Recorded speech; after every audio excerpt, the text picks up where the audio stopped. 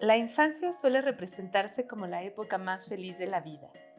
Cuando pensamos en ella, nos vienen a la mente canciones e imágenes de niños sonrientes tomándose de las manos. Detrás de estas postales, con frecuencia se esconden historias mucho más complejas, cuyos protagonistas contarán después a sus lectores, a sus abogados, a sus psicoanalistas. Los menores, que a principios del siglo XX trabajaban en minas, en fábricas y en plantaciones, tienen hoy muchos más derechos y menos obligaciones. Cuidamos a nuestros niños como si fueran tesoros.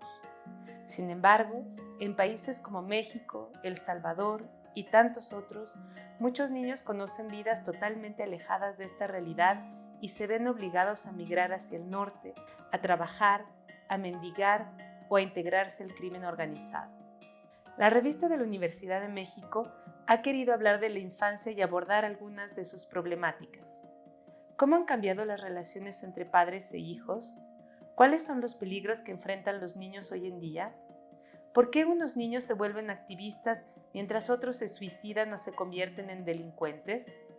¿Qué lleva a los adultos a añorar tanto su niñez? Son algunas de las preguntas que animaron la concepción de este número.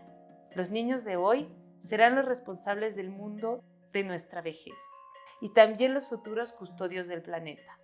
Si, como decía Sigmund Freud, infancia es destino, nos corresponde a todos, hombres y mujeres, responsabilizarnos de que sea lo más luminosa posible.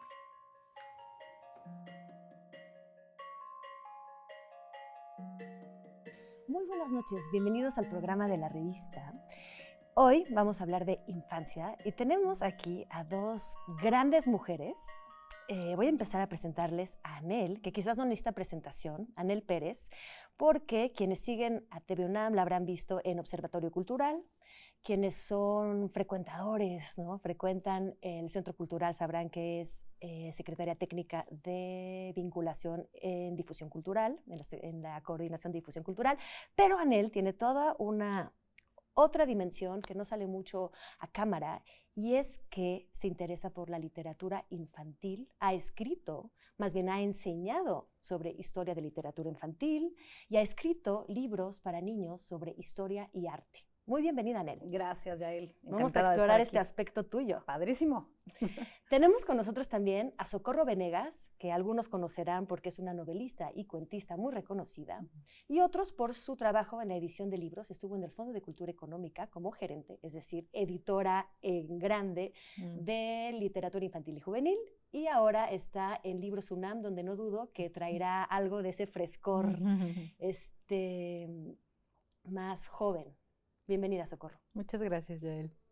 Nos reunimos entonces a hablar un poco de cultura, infancia, literatura. ¿Quién es? A veces las preguntas más sencillas, uno dice, la respuesta está muy fácil, ¿no? Sí. Pero apenas son las preguntas que nada más por plantearlas revelan ser muy difíciles de responder. ¿Qué es un niño? ¿Qué es la infancia?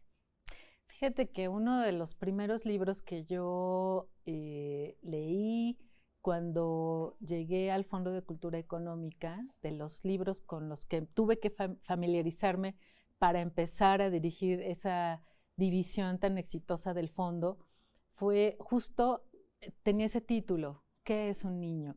Y es una criatura, el libro es de un autor francés, ahora recordaré el nombre, pero es una exploración de una criatura a lo largo del bosque, a lo largo del mundo, y me gustó mucho esa imagen como para empezar justo a trabajar en un proyecto editorial de ese tamaño, con esa tradición, que siempre digo que lo que se hace allí es más bien preservar y alimentar un patrimonio cultural. Pero si pensáramos que es la infancia de esa manera, como esa perpetua exploración, ese caminar por un mundo que muchas veces no protege a la infancia, pero que tampoco puede detener ese camino, ¿no? O sea, los niños terminan creciendo, terminan madurando. ¿Con qué los vamos a alimentar? ¿De qué los vamos a nutrir? Cómo los libros son también un alimento indispensable para que ellos crezcan. Yo me quedaría con esa imagen, ¿no? O sea, como un camino que atraviesa un bosque, ¿entendí bien? Como esta voluntad, esta necesidad que no se puede parar de conocer, de explorar en dónde están. Claro. O sea, ¿qué es un niño? Es alguien que ha venido a preguntar en dónde estoy. Eso me estoy refiriendo a otro libro, además, de Wolfram Bruch, publicado aquí en México por Ediciones Tecolote, que el libro se llama La Gran Pregunta. Y todo el tiempo es ¿por qué estoy aquí? La pregunta nunca aparece en el libro, solo aparecen las posibles respuestas que ese mundo le da al niño. Pero es esa voluntad de preguntar, de cuestionarnos, de interrogar de ellos mismos, ir viendo a dónde han llegado. Yo diría que eso, para mí, tiene muchísimo que ver con qué es la infancia y cómo vamos a definir a un niño. Claro. Otra cosa, nada más para terminar. El catálogo del Colegio de México tiene un cancionero, canciones para niños, nanas, un trabajo de investigación precioso. ¿Sabes cómo empieza la reseña de ese libro, que tampoco lo olvido? Empieza diciendo, todavía no sabemos qué es un niño, pero, y luego empiezan a hablar del libro. Naranja dulce se llama esa Exacto. publicación, Naranja dulce. Fíjate que esta definición que das hace coherente la idea de que la infancia a veces no termina nunca, puesto que todo el mundo se pregunta, o sea, esto que es quizás un poco más moderno, el hecho de siempre traemos un niño interior, porque es un niño que siempre está preguntando, ¿no? Pero ¿qué tan subjetivo, objetivo es definir a este Concepto. grupo, ¿no? Es un grupo etario. Es un sí, grupo. claro. A mí me gustaría, retomando tu primera pregunta, es una pregunta que a mí me gusta, es un ejercicio que me hago mucho con mis alumnos en la Facultad de Filosofía y Letras. Cuando preguntamos qué es la infancia, es qué discurso científico o no es el que se ha apropiado de responder esa pregunta. Y sin duda, ahí tendremos que apelar a los diferentes enfoques que han hecho de la infancia un punto que Philippe Arié define para mí como mejor, lo he escuchado, que es la infancia es una construcción cultural. Como casi todas las otras cosas que pensamos en esto que los historiadores franceses llaman las mentalidades. La infancia es una construcción cultural dispuesta o puesta en el objeto de estudio de una disciplina jurídica que define qué es el adulto mayor y quiénes son los menores de edad, desde una perspectiva útil solamente para su universo jurídico. Sin duda, la psicología y la psiquiatría han hecho de la infancia un sujeto importantísimo, y ahí cargamos con esta idea de infancia es destino, pesadísima, esta idea de las etapas freudianas y demás. La pedagogía, que es el discurso del niño hecho alumno. Sin duda, la biología y todas las ciencias duras que establecen la corporalidad del infante y más bien como del desarrollo del cuerpo interminado y que concluye con el embarazo, con la sexualidad o con el final del desarrollo neurológico, etcétera. Es decir, hay diferentes discursos científicos que se han apropiado de la respuesta que es la infancia. Sin embargo, creo que para efectos del programa y de la revista, lo que importa para mí es definir, junto con los historiadores y los antropólogos, que la infancia, a mí me gusta pensarlo así, es una construcción cultural. Y como construcción cultural, tú lo has estudiado muchísimo, ¿cómo sería hoy en día en comparación con el pasado? Tengo como la idea, quizás por el artículo de Robert Darnton que publicamos en este número, que la estamos alargando. De hecho, no es solo una idea, el hecho de alargar nuestra vida, parece que la crianza y el momento de educación y de no responsabilidades o no ciertas responsabilidades se ha ido alargando hasta el día de hoy, ¿no? Que tenemos una infancia más larga. ¿Es así o me estoy equivocando? A reserva de lo que opine Socorro, yo opinaría que lo que se está alargando es la idea de juventud, que es un segundo concepto que todavía es más contemporáneo que la infancia, porque en algún momento hubo infancia y adultez, y luego, sin duda, en el siglo XX se empieza a abrir este espacio para este nuevo agente social que es el joven, cualquier cosa que significara eso, y en los años 60, sin duda, se tomó el poder y los jóvenes tomaron una estética, una música, una propuesta literaria, es decir, desde las artes visuales, etcétera, y la bandera del joven desde los 60, yo creo que es la que ha tomado agencia y ha tomado poder. Y desde el poder, lo que se ha ampliado, creo, es la idea de juventud. Entonces, a diferencia de lo que ocurría con una infancia donde tú veías el niño vestido de marinerito y del marinerito ya pasaba al marino oficial, ¿no? O, sí, exacto, o lo que nos pasaba a nosotras de jóvenes, bueno, no sé, ustedes son más jóvenes que yo, pero yo pasé de niña a los vestidos de tu mamá en la graduación o en el baile de 15 años. Y luego apareció en los años 70, 80, 90 esta poderosísima mercadotecnia dirigida a soy joven. Y ahora eres joven a los 50 y eres joven a los 11. Entonces, niños vestidos de negro o de arquetones a los 7 años o a los 67. Entonces, creo que la que se ha aumentado es esa etapa muy contemporánea y muy poderosa en el siglo XX, que es la de la juventud. También hay una serie de lugares comunes, ¿no? Alrededor de la infancia y la conveniencia de, como decía Anel, de quién se apropia esa definición, quién dice que es infancia y qué es para la infancia. O sea, en términos de mercado, por ejemplo, tú ves pues toda una cantidad de productos hechos a propósito de las nociones más cursis y terribles de lo que un niño es capaz de recibir como consumidor, desde otros proyectos culturales que tratan de respetar ese misterio que puede ser un niño, que son las aproximaciones que a mí más me interesan. Pues puedes ver todo tipo de libros impresionantes, trabajados por autores como, estoy pensando en Shaun Town, o en otra vez en Erlbruch, con discursos que pueden hablarle de una manera muy directa a los niños sobre los temas que pueden ser aparentemente más complicados y que no son para ellos, ¿no? Eso también es importante, ¿no? O sea, porque no solamente es que se haya tratado de definir o de comprender la infancia, sino que se ha tratado también de manipular y de utilizar para cualquier otro fin. Y algo que también a mí me gusta mucho, pensando en si se prolonga o no la duración de la infancia, fíjate cómo están clasificados los libros, cómo se dirigen ellos según la edad, pero la edad que no tiene que ver con trayectoria o con experiencia lectora o de vida incluso. Entonces, tú encuentras libros como la serie Rosa, porque es para primera infancia, que según la UNESCO, por ejemplo, primera infancia es de 0 a 5 años, ¿no? O sea, y hay por lo menos tienes un acuerdo y un patrón aceptado, normado, de cuando todavía es primera infancia, después lo que sigue.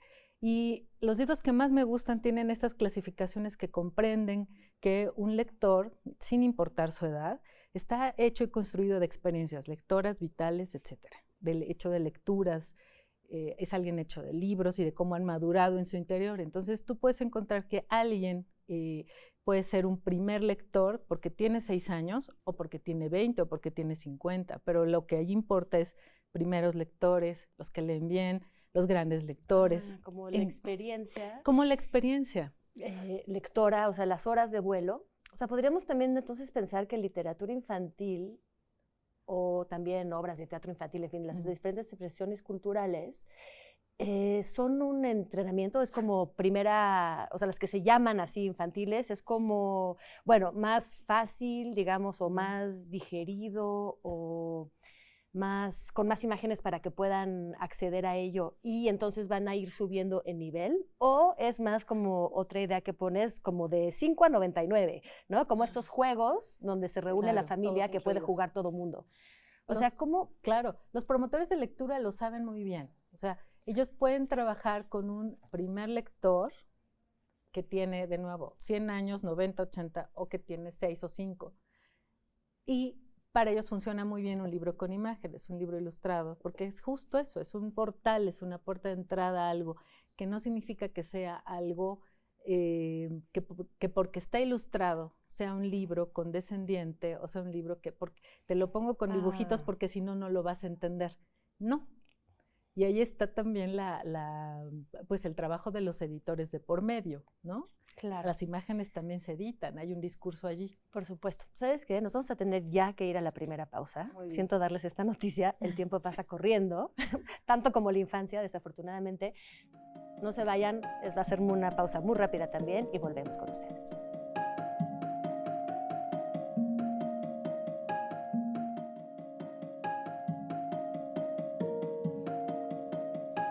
Estamos de vuelta con Anel Pérez y Socorro Venegas. Estábamos antes del corte revisando un poco esta segmentación en los libros infantiles de años versus una idea más de primeros lectores, segundos lectores, ¿no? Que tiene más que ver con la experiencia, con el tiempo de vuelo.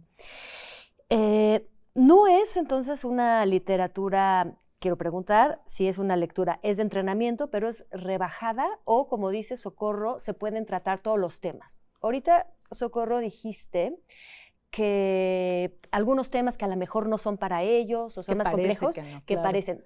¿Se puede abordar lo que sea en una literatura para niños? Yo ahí regresaría a lo básico. Cuando, después de la pregunta, ¿qué es la infancia?, se tuvo que formular una idea de todo lo que era apropiado para la infancia. Una alimentación apropiada para la infancia, una habitación para la infancia, una salud para la infancia, y hay todo un discurso que debería de ser la infancia. En ese sistema, y apelo a lo que acaba de decir Socorro, el problema de los editores es un poco deslindarse de los educadores en este discurso de lo que deberían de aprender los niños en los libros. Y no podemos omitir que todo el siglo XX, o una buena parte del siglo XX, se dedicó a hacer del libro infantil un vehículo de educación y a hacer de los niños un civilizado en proceso. ¿Qué hizo el boom editorial? Yo creo que Socorro estaría de acuerdo conmigo en eso, de los 80s para acá, e incluso cuando el niño se vio como un sujeto de derechos por la ONU también, empatamos la idea de que el niño, vive en el mismo mundo que los adultos, en donde la gente se suicida, se enamora, se desenamora, donde hay alcohol y donde hay abuso sexual. Ese es el mismo mundo. Claro. Entonces, desacralizar la infancia y fortalecer la realidad en la literatura infantil se convirtió en uno de los principales objetivos. Siendo así, en los libros infantiles hoy vemos diversidad sexual, diversidad social, temas fuertes como el abuso, la muerte, la enfermedad, todos los temas que están en el resto de la literatura. Y se ha desacralizado al mismo tiempo la infancia y la idea de la literatura infantil censurada o censada por una mitología que teníamos de la infancia. Entonces, lo que creo que vale muchísimo la pena es entender que hoy día, en el siglo XXI, estamos en una particularidad de edad de la propia literatura infantil y juvenil, en donde los niños tienen a su alcance la realidad literaria y la realidad hecha libro, sin pensar, y por eso no me gusta pensar que la literatura infantil es de entrenamiento. No es de entrenamiento, es una primera puerta, una primera entrada a una literatura que va a ser el resto del lector hasta el último día de su vida. Entonces, la responsabilidad del autor, del ilustrador, de los editores en literatura infantil y juvenil, me parece que es todavía mayor a veces que en otro tipo de literaturas. Porque hay que construirla. Sí. Cuando hablas de esto, pienso en un caso paradigmático, por lo menos en México, que sucedió en el Fondo de Cultura con Daniel Goldin, cuando publicó el libro de Pancho Hinojosa, de La peor señora del mundo. Sí. Todas las reseñas de los lectores del fondo eran negativas, eran como de no, esto está demasiado fuerte para los niños. Y él apostó y es el libro más vendido. Cuando se publicó, Pancho perdió amigos, lo puedo contar, ¿no? O sea, gente que decía, no, esto no puede ser que tú lo hayas escrito para niños, mis hijos no pueden leer esto y tampoco podemos ser amigos, o sea, fue una cosa tremenda. Pero eso justo nos muestra la capacidad de los niños para lidiar perfectamente tanto con situaciones en el mundo real, digamos, como con cualquier situación que le presente, si está bien presentada en un libro. Los lectores, los niños, los lectores de Pancho Hinojosa son quienes han logrado que ese libro sea un bestseller y un longseller. Es un clásico del fondo. Es, junto con El laberinto de la soledad de Octavio Paz, uno de los libros más vendidos de un catálogo que tiene más de 80 años. Y el catálogo de libros para niños y jóvenes tiene por ahí de 27. Entonces, sí, fíjate lo que puede lograr un lector apasionado. Esos son los niños. ¿Y creen que a través de la cultura justamente se rompe la idea que presentaba Sanel de la infancia separada? ¿Qué necesita un niño? O sea, un niño va a la escuela con la gente de su edad, ¿no? Va a sus clases de deporte. O sea, tiene como todas estas cosas que son para niños y en cierto modo está cortado, aislado en muchas cosas del mundo de los adultos, o por lo menos de lo que debería, ¿no? O sea, que todavía no tiene que acceder a ciertas realidades, todavía no tiene que sufrir ciertas cosas, ¿no? Todavía no tiene que trabajar, digamos. Es a través de la cultura, tanto por libros, cine, teatro, que el niño va accediendo justamente a este mundo sin barreras. Pues yo creo que la literatura infantil, como el resto de la literatura, y la literatura, como el resto de las artes, tienen, como siempre lo decimos en la Coordinación de Difusión Cultural, ni siquiera es un objetivo, la naturaleza propia de las artes de hacernos cambiarnos de posición de donde estábamos y decir, soy una persona antes de haber visto esta obra y otra persona después de haberla visto. La capacidad transformadora del arte nos obliga a replantearnos nuestras creencias, a extender algunas veces o a reducir, a reposicionarnos. Entonces, la pregunta por la literatura infantil es el resto de la pregunta por toda la literatura o por, como insisto, el resto de las artes. Es volver a preguntarme quién soy yo a través de dos sistemas. El libro como ventana o el libro como puerta. ¿Y crees o como que este espejo. boom justo de literatura que le habla a todas las edades, que los mete en todos los problemas, está a la base de estos niños activistas que se están preocupando por cosas de adultos? De Greta Thunberg, de la niña, ahorita no recuerdo su nombre, que se está preocupando por el jaguar, ¿no? En las selvas. Están entrando entonces al revés de lo que uno pensara, en vez de alargar esta infancia, al contrario, están entrando más temprano en la edad adulta. Tal vez hay una mayor madurez en la sociedad para atender, para escuchar a los niños. Ahí tal vez ha tenido mucho que ver también la proliferación de sistemas educativos alternativos, ¿no? O sea, tenemos un sistema Montessori, tenemos en fin, todas esas alternativas que hay y que ponen el acento en escuchar y en respetar lo que viene de los niños, en su capacidad para comprender y en su capacidad para crear y en su capacidad para poder argumentar de manera individual desde ellos mismos cualquier cosa. Entonces, mi hijo estudió en una escuela Montessori y él tenía una compañera que se sintió un día muy incómoda con la maestra y con la guía, que es como se llama un profesor allí en el aula, y ella decidió abandonar el salón de clases e ir a decirle a la directora, por ejemplo, que ella se sentía muy incómoda, explicó por qué y dijo, prefiero irme a mi casa. Pues eso no lo ves, eso es totalmente inusitado. Para mí misma, cuando yo escuché la anécdota, me pareció increíble. Yo quería conocer a esa niña, ¿no? Pues si estamos más preparados, más maduros para comprender que podemos recibir y entendernos de una manera más horizontal con los niños, los ejemplos que tú has puesto son lo que puede pasar. ¿Qué daño puede hacer pensar que siempre hay detrás un adulto diciéndoles como si fueran marionetas, diciéndoles lo que deben decir o pensar, ¿no? Sí, y ahí yo quiero agregar algo, si todavía hay tiempo. Infante quiere decir el que no habla. Infante quiere decir el que está silencioso. Exacto. Porque no tiene voz. Y el siglo XX, a finales del siglo XX y a principios del XXI, vemos como muchos grupos marginales que no tenían voz, no solo la infancia, o sea, todos estos grupos que estaban marginados y que tomaron voz a partir de los 60s, han ido poco a poco apropiándose de una plataforma desde donde hablar, y sin duda el siglo XXI, ahorita lo que llevamos es que tenemos la agencia, la acción, la voz de los infantes, al grado de que pues Greta está en medio de la ONU y en medio de una polémica desde su infancia, ¿no? Sin un discurso de alguien que le corrige detrás, como dice Socorro. O sea, es la credibilidad, por primera vez, en que un niño puede decir. Y precisamente dentro de todo esto, ¿qué onda con los niños creadores? O sea, hasta ahora eran receptores de literatura infantil, eran receptores de películas, eran receptores, ¿no? Van y son los espectadores, son los que están aprendiendo pasivo. Hablamos de algo más activo. ¿Qué espacio tienen los niños creadores? En el siglo XX empezaron, en los años 50 empezaron los concursos de cuentos infantiles propiciados ¿Escritos por ellos? Sí, escritos por ellos.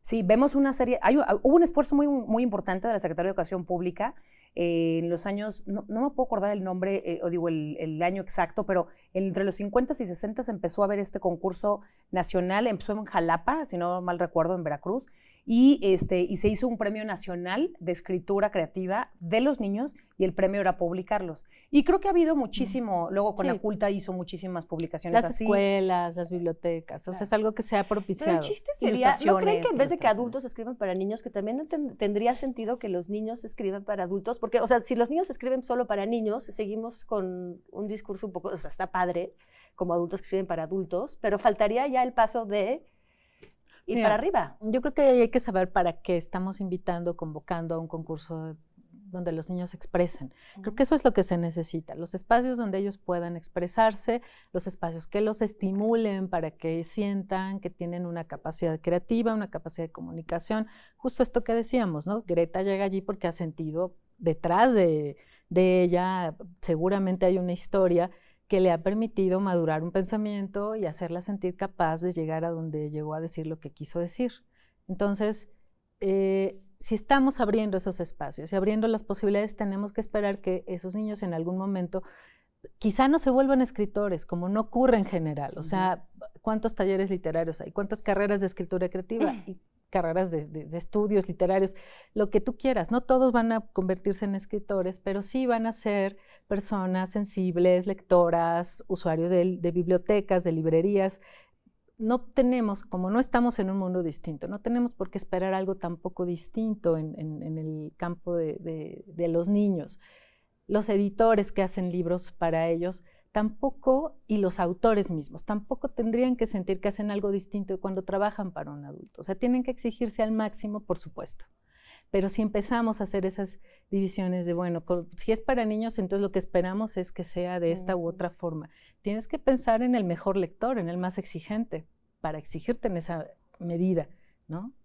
Y yo creo que hay algo que sí falta por hacer, además de lo que acabas de proponer, es que el mundo adulto y sobre todo, estamos en TV UNAM y desde la comunidad científica, humanista y desde la comunidad universitaria, sí falta mirar a la infancia y a los libros infantiles con una nueva perspectiva, ¿no, Socorro? Porque los sistemas como CONACYT y los sistemas de evaluación que diagnostican la obra de un autor casi siempre ponen en un distinto nivel si ese autor publicó para niños. Y publicar para niños es dificilísimo. No lo puedo creer, ¿sí? No sabía eso. Sí, claro. Bueno, el Sistema Nacional de Creadores o las becas del FONCA no tienen categorías para autores que escriben para niños, ¿no? O sea, se considera todavía del área de la pedagogía de Federico Navarrete, ¿sí? De segundo... No, se considera como un subgénero, se considera de tercer o cuarto nivel. O artículo de divulgación, pero no te dan los puntos, ¿no? Entonces, yo te lo puedo decir, en la Facultad de Filosofía y Letras hay 4 colegios de letras.